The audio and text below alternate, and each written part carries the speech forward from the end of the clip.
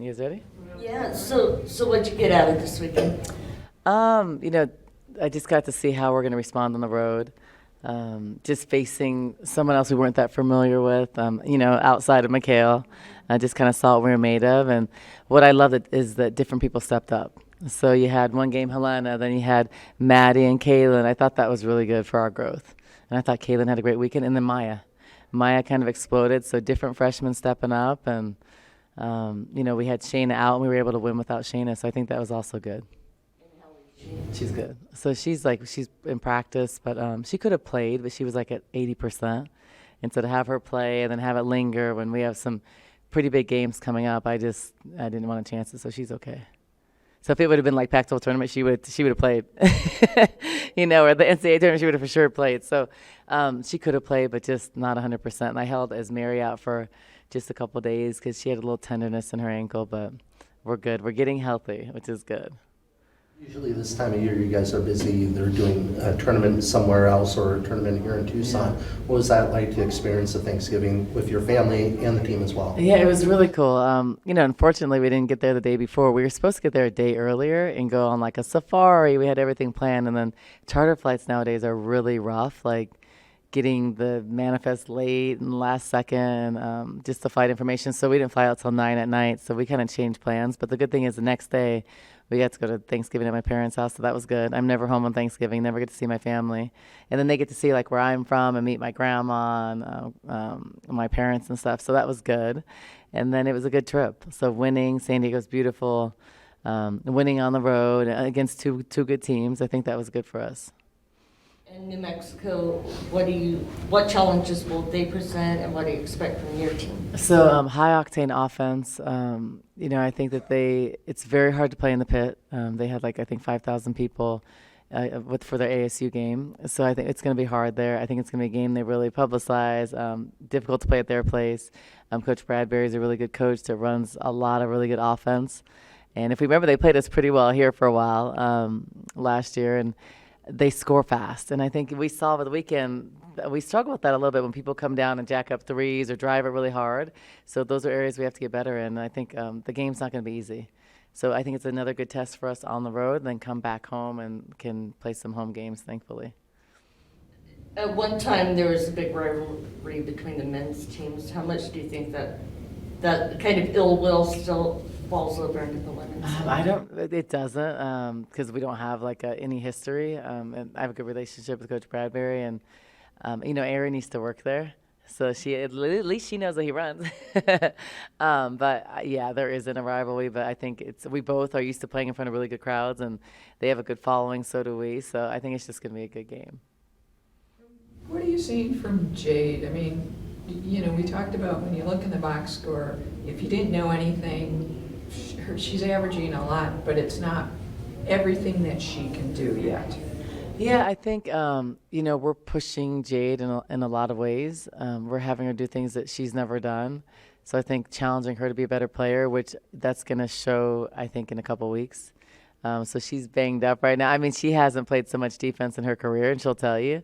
But I think for us, it's challenging her to take her next step as a player and get to the next level. And how can she do that? And there's some areas she has to do better in. We know she's a great shooter. We know she works really hard. She's going to hit shots, and she's going to help us win. And she's going to be a huge part of what we do. For us to be good, she's got to be good.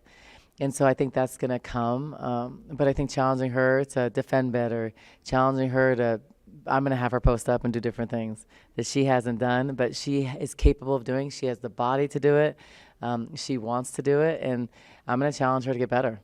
And she's going to get better here, and that's what we're supposed to do. And I think for her, it's just those growing pains right now that they'll all show in like a month. I say in a couple weeks to a month, and I think she'll be a different player. Do you see that? How is for her? Do you think is the adjustment from going from the scorer to now being in a team full of scorers? I think it's a big adjustment for every single player we have. I think that's been an adjustment this year for Shayna. I think it's been an adjustment for Kate a big time because we have a lot of guards that can score now. And then there's a partner of hers that's also scoring. So I think Ismary, it's also, she was the main player, at West Virginia. And then you have Paris, a McDonald's All-American that was a star in high school. Then you have Lamaya, who's a star on her team, plays for the Canadian, national team. And then you have Maya, who's a McDonald's All-American, who's used to being a go-to player, getting shots. So every single person on our team is used to that. So I think the adjustment and the true test is like, you got to put we before me. And I think that's hard for a lot of people, but that's how we're going to be successful. So if we're just worried about our offense and we're not worried about other things, we're not going to be good. So once we understand that it's a team game and we're only as good as our teammates, and it's not about how much you score, it's about being a complete player and playing on both ends of the floor, then we're going to be good. And I think that it's just, as coaches, it's helping us realize what that looks like and what the expectations are. And so we're getting to that point right now. How do you help your players get to that point? Because as a coach, that falls on you need to help your players grow in that area. Yeah, so, as a coach, you have to demand certain things. You have to set standards really high. You have to do things like, in practice, you don't take your first best shot. You may have to shoot under a certain time on the shot clock, and it takes communication and awareness to do that. You have to challenge. Maybe you're playing from a deficit, or I do things like we're playing games, and if you score and you don't get the stop, you lose the points. So those are challenging things that it's not about scoring, you gotta get stops too.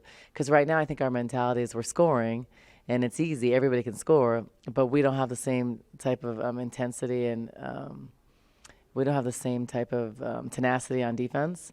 So like being able to stop people and like have that pride in holding someone to 50 versus scoring 100 and they score 80. And I think that's a mentality and that's the mentality we're getting. So with this team, I have to really be intentional about it, and I have to do drills and certain things to set them up in that situation. So I think as a coach, every team you have is different, and I think it's been challenging in that sense. But also, we've never had so much offensive talent. So the good thing is, like, we couldn't create some things last year. Like, oh, they're not going to guard us. Here, you have to guard us. But now it's like it's kind of enforcing the things that I want to value. And I think players value what you value as a coach. Talked about you guys kind of having to work more inside, and you mentioned posting up a little bit. What will that do for her in her game, being able to score a little bit inside and open up everything else? I think there's a couple areas. So I think when Jade first got here, she never really went to the rim. I mean, she's got a beautiful jump shot. She rises up better than most people in America. Most women don't have a jump shot. Like guys have a jump shot. A lot of guys have like a fluid. You actually jump and shoot. Like she does that. So she rises above and shoots. I mean, unlike probably anybody I've seen. But I think that she's so strong and has such good size. She can drive to the basket and score inside that way. She can post up. There's different ways that she can score and get rebounds. And I think we're starting to see her do some of that. She never really did that before that I saw or that I saw on film. So it's going to make her a better player. It's going to make her more versatile. She's not a one-dimensional player. So I think if she wants to go to the next level, she's got to improve on those things. But she knows that and wants that. So she's someone that works really hard. I'd say her and someone else are the top two workers on our team by far. Jade is in the gym every single day. There isn't a practice that I go to that Jade's not working. She's not sitting there taking shots. She is sweating and working. And that's what I respect about her. And that's why all those things are going to fall. So even if she's off a game or two, it's going to come back because of her work. And it's the confidence she won't lose. So she'll work out whatever she needs to be better. And she takes care of her body. She goes in for treatment. She's supposed to. So she's mature. She's going to leave here a lot better, I'm telling you guys. What are your thoughts on Maya's progress on the defensive end from the beginning of training camp to now? Defensively, I think she's improved. Still has a long ways to go. Because I think it's different than high school defensively. When you're 6'5", or 6'4", or 6'3", or even 6'2" in high school, you just sit in the paint and you clog the paint. So I'm asking her to get in the passing lanes. I'm asking her to guard a player like Esmeri that's pretty fast, like a guard like. I'm asking her to hedge and to trap and to be on presses. And so it's going to take her out of her comfort zone. She's never done that. So we're working on her reaction and her quickness to do that. But that's what's going to make her a better player. She wants to be good and she wants to be versatile. So you have to do those things to get that. So she does have a lot to improve on defensively, especially on the perimeter, but she's going to put the work in. She's another player that works really hard, so she's going to get it. But she's not where she needs to be yet at all. Honestly, that you would like to see the team improve in terms of players driving, because I know that's what Jade mentioned, and then transition defense. Yes, our transition defense took huge strides this last weekend. We got a lot better. We were way more efficient in transition defense, improving our one-on-one defense containment, like keeping someone in front of you, knowing when to press, knowing when to be really tight, knowing your bot yourself. So if you're Shayna, you can be a little closer. If you're, someone else, you need to be a little further away. Like, you got to know what you can do and know where your pickup point can be. And I think understand that. Or if the team is close to the bonus, that's not a time to go for a steal. That's a time to contain and make someone take a contested jumper. So we're just working on defense, and we are going to get better. Like, you will see us get better every week in defense. I mean, because we're going to work on it every single day till that happens. So. As far as Helena, what was it like to finally see her have that breakout game that we kind of expected when she got here? Yeah, amazing. Helena's, playing at a different level.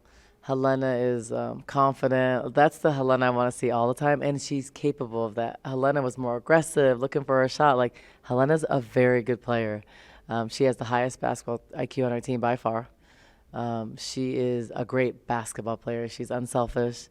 She doesn't take bad shots. So my expectation and standard for Helena is to do that and to be aggressive like that. She may not be 8 for 12. She may be 6 for 12, but like, she's not going to shoot and be 3 for 12. Like, that's not the type of player she is. So I want Helena to continue to do that. I think she is making huge steps to becoming better in every way. She's more of a leader this year. She's more vocal. She's the glue of our team.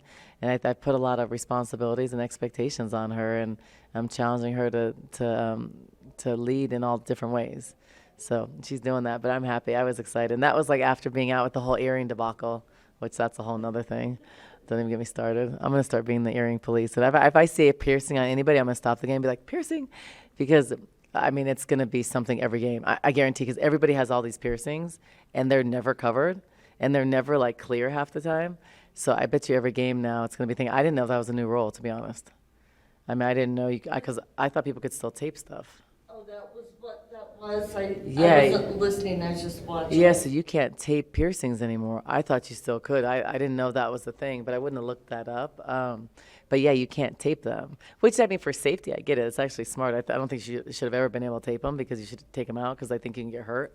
But I guess now you can't tape them. They have to be removed, or plastic, which I don't even think you should be able to have plastic. But everybody has nose rings nowadays and all kinds of piercings. So. What do you expect to learn from your team? You have New Mexico coming up, Kansas and Baylor, a hard stretch of. I'll learn to see what we're made of, and I'm also going to learn to see how much. So this weekend's going to tell me how much better we got in the last few weeks.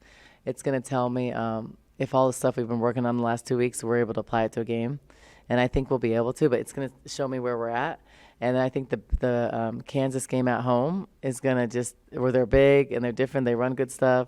It's going to show me where we're at right now, which is a good test, and I'm excited for it. And I think these are learning lessons that we need.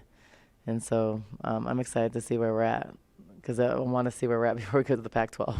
I hits a 3 in that game.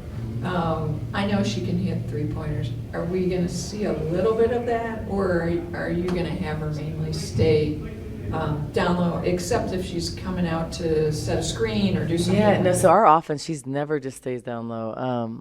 She just kind of gets down there through action, but she always has the opportunity. And it's funny because she has the opportunity to shoot, but I think I don't know if she has the confidence to take a trail 3. And I think if it's a good shot and she was open, or reversal 3 or pick and pop 3, those are things we work on every day. So I'm fine with her taking those. She can take those. I ran a play specifically for her to take that shot, but I didn't know if she had the confidence to actually take it. So I was happy that she did. But it's stuff we work on every single day. So my expectation for her is to become that. And I think for her growth, it's to be able to efficiently guard the perimeter. It's to be able to take it on a fast break like we saw against USD. It's to be able to consistently pick and pop and shoot flare threes. That'll bring her game to the next level because she's so strong. And we really saw that against San Diego. She finished inside with contact. And, like, you can't teach certain things. You can't teach height, can't teach quickness or strength. You can work on your strength, but she came in, like, stronger than everybody on the team. So that is showing in play. And to be able to finish with contact inside is really important, especially for the Pac-12, because she's going to guard people that are like her. So I'm excited for her growth and excited to coach her because she hasn't even touched like a third of her potential. So the future is bright. Anything else? All right, thank Okay, you. cool. Thanks, you guys.